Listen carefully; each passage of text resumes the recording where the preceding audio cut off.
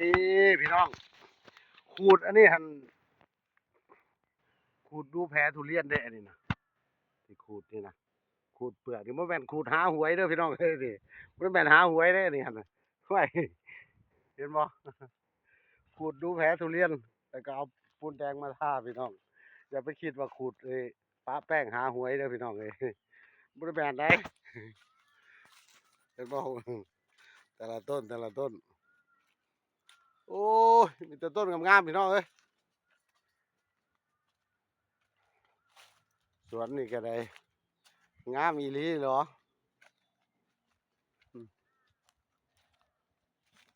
พุ่นขูดหาเขาตามห้างมันหมดเด้อนี่เห็นบ่พี่น้องเห็นบ่การดูต้นทุเรียนการดูแผลทุเรียนน่ะเห็นบ่โอ้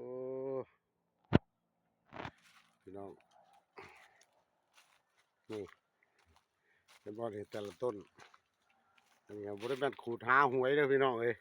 ขูดหาแผลทุเรียนเด้อนี่อย่าเข้าใจผิดญาติพี่น้องเข้าใจผิดซั่นดอกว่าประมาณนี้ครับพี่น้อง